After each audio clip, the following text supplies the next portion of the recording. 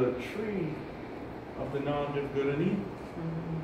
And I didn't want it to, like, it looks scary when you look in there and you see the all-seeing eye.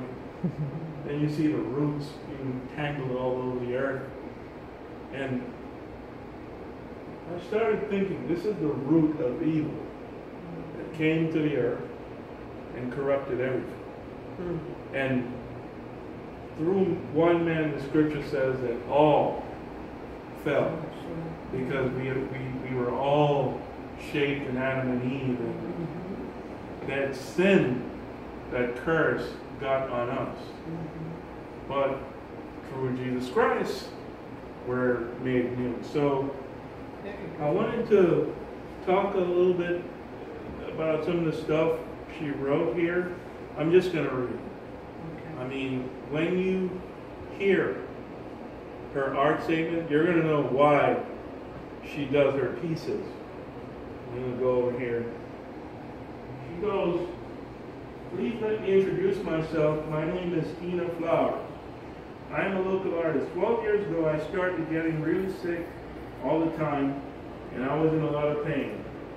And I couldn't figure out why. My joints felt as if bones were broken, muscles were aching.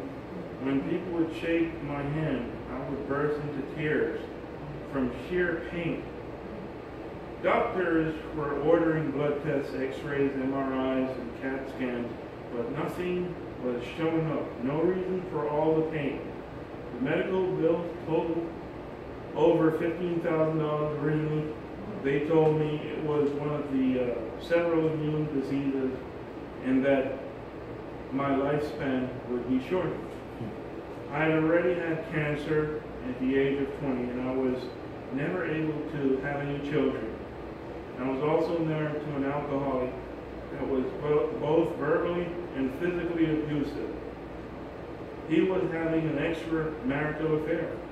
His current girlfriend was calling my phone, my parents' phone, and my work phone to antagonize me, stating she was pregnant and described the interior of our bedroom. Okay, heartbreaking. Oh wow. So, I became extremely depressed, contemplated suicide. I felt ugly, unwanted, and alone, and now I was going to die alone as well.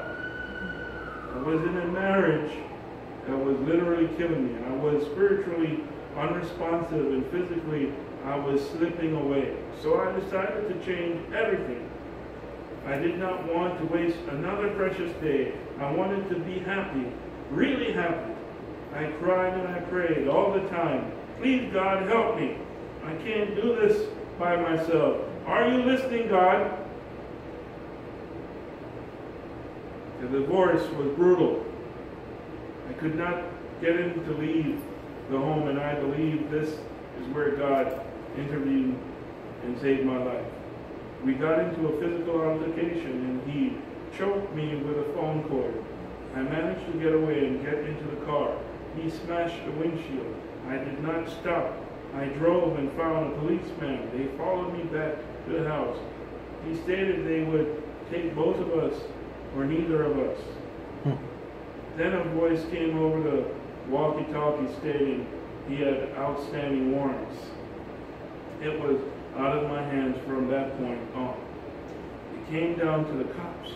Old warrants, drug paraphernalia, prison sentence, PFA, and domestic relations took care of the divorce and forcibly removing him from the home. I never had to see him or be afraid of him again. Now I needed to work on myself. I was so unhappy inside and out, and I could not love anyone until I loved myself again. This meant I was going to have to change everything down to the core. I started being aware of my illness and what I was doing to myself. In high school, I loved art, and I had a wonderful teacher, Mrs. Cooper. Everyone always had a wonderful art teacher. Wonderful art teacher. she expanded my opportunities and gave me hope during another difficult time in my life. It put me in my very own little world, away from everything and everyone. It was releasing all of that pain, and it looked beautiful. I am still a work in progress, but I can honestly say I like myself now. It's great. I am definitely in a brighter place, and it reflects in my artwork.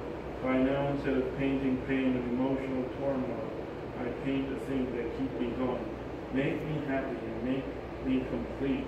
I have been doing art as therapy ever since. That's great. God bless her. I mean, that's great.